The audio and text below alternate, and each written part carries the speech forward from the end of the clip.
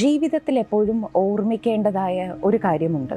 നമ്മുടെ ജീവിതത്തിൽ ബാഹ്യമായും ആന്തരികമായും ധാരാളം മുറിവുകൾ ഏൽക്കാറുണ്ട്. ഫുട്ബോൾ കളിക്കാൻ പോകുന്ന ആൺകുട്ടികളോട് ചോദിച്ചറിയാൻ പറ്റും.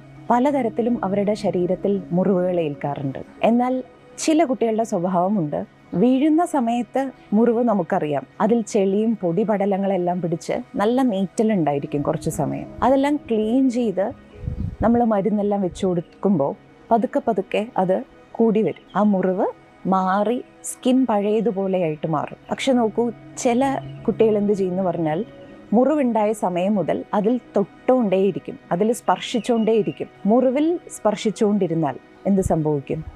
ആ മുറിവ് ഉണങ്ങാൻ സമയമെടുക്കും. ഇത് തന്നെയാണ് ജീവിതത്തിൻ്റെ കാര്യത്തിലും. പലതും നമ്മുടെ ജീവിതത്തിൽ ഉണ്ടായിട്ടുണ്ടാവും.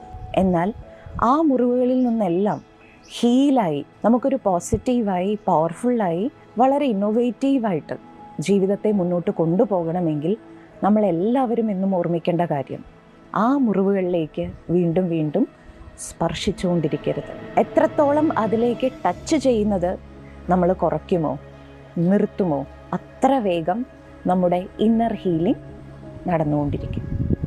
Thank you.